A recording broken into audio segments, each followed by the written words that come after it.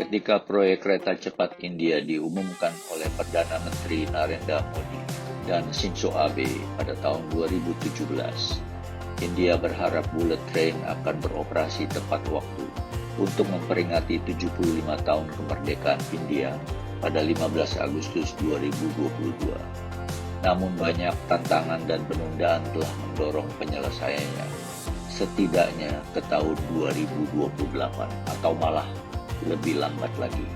Progres proyek kereta cepat Mumbai-Ahmedabad saat ini hanya terbangun 10 km dari 506 km. Proyek ini mengalami beberapa masalah besar, antara lain keterlambatan pembebasan lahan.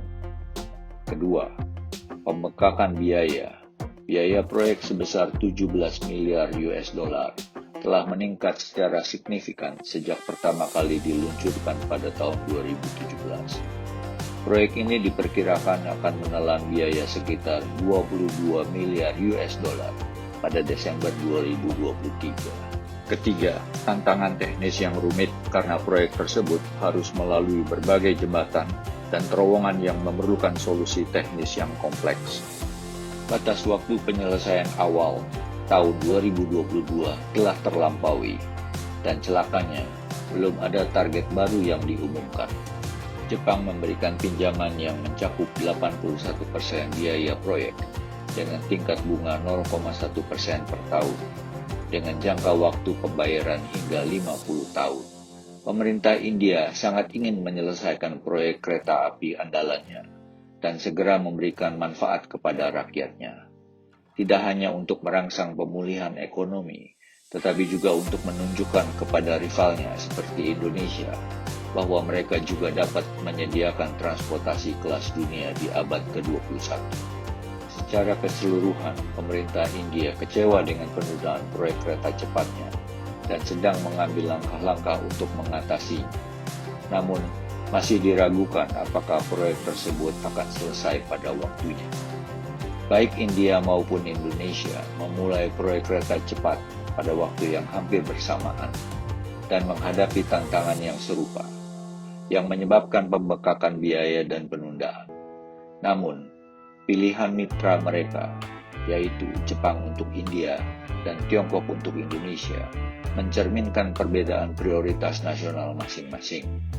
Apakah keputusan Indonesia sudah tepat memilih Tiongkok dibandingkan Jepang untuk proyek kereta cepat? Kisah proyek ini dimulai tahun 2009 ketika kereta cepat Jakarta-Bandung pertama kali diusulkan. Beberapa perusahaan menyatakan minatnya untuk membangun proyek bergengsi ini, yang akhirnya mengarah pada proses penawaran kompetitif yang diikuti oleh 1. China Railway International Company Limited. Kedua, Japan Railway Construction, Transport, Survey Corporation. Ketiga, konsorsium perusahaan Spanyol dan Indonesia. Setelah melalui proses evaluasi menyeluruh, konsorsium yang dipimpin oleh PT Kereta Cepat Indonesia China, KCIC, sebuah perusahaan patungan antara perusahaan Indonesia dan Tiongkok, muncul sebagai pemenang pada tahun 2015. Proposal KCIC menonjol karena perpaduan antara biaya keseluruhan yang lebih murah, opsi pembiayaan yang kompetitif, kemampuan teknologi, dan komitmen untuk melibatkan talenta lokal dalam proyek.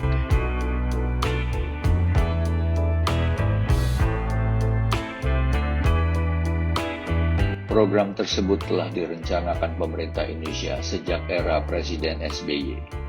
Saat itu, Jepang sebenarnya yang pertama kali terlibat dalam pembangunannya melalui Japan International Cooperation Agency, JICA. Jepang telah melakukan studi kelayakan terhadap proyek tersebut.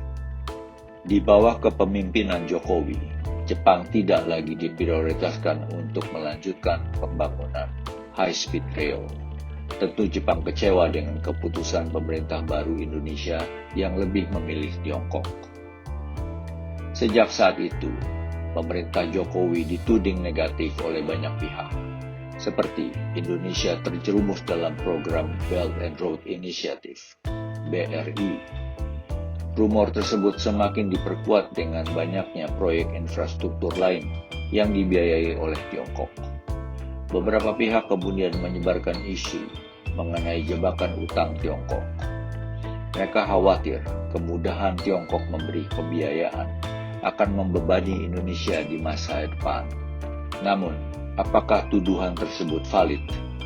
Mari telusuri fakta-faktanya dan melihat secara objektif cara Jokowi dengan jitu menyeimbangkan hubungan antara Jepang dan Tiongkok.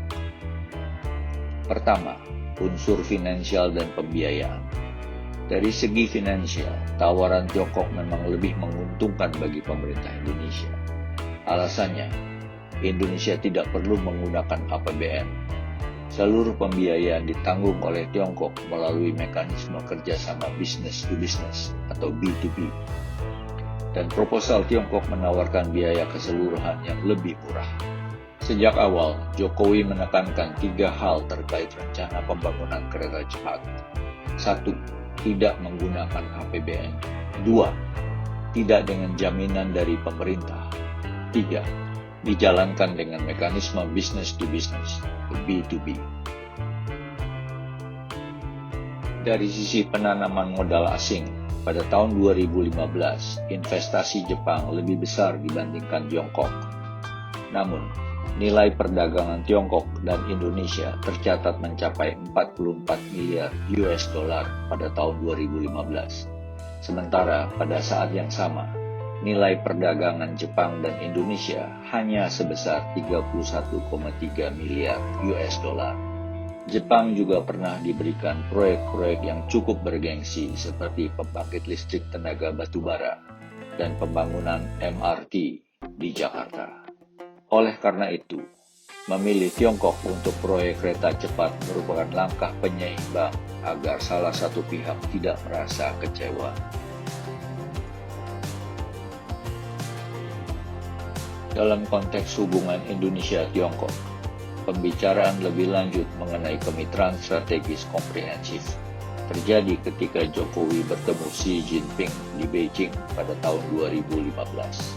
Jadi, terpilihnya Tiongkok dalam proyek kereta cepat oleh Indonesia merupakan langkah selanjutnya dalam penerapan kemitraan strategis komprehensif. Kesimpulannya, dilihat dari berbagai faktor tersebut, tawaran Tiongkok untuk membangun kereta cepat dengan biaya yang lebih murah dan menguntungkan menjadi landasan utama dalam memilih negara tersebut. Faktor-faktor lain seperti penyeimbang kekuatan atau memajukan hubungan kedua negara tentu penting juga. Namun, faktor finansial lah yang menjadi kunci penentu. Alasannya sangat sederhana. Di tengah ambisi membangun infrastruktur dalam negeri, Jokowi tentu membutuhkan dana besar, sehingga alasan selain urusan ekonomi tidaklah berperan besar.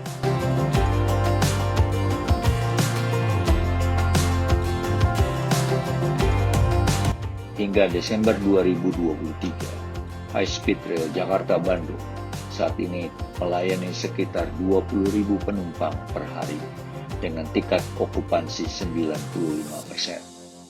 Jumlah ini terus meningkat sejak peluncuran awal, menunjukkan meningkatnya popularitas dan permintaan terhadap layanan kereta cepat.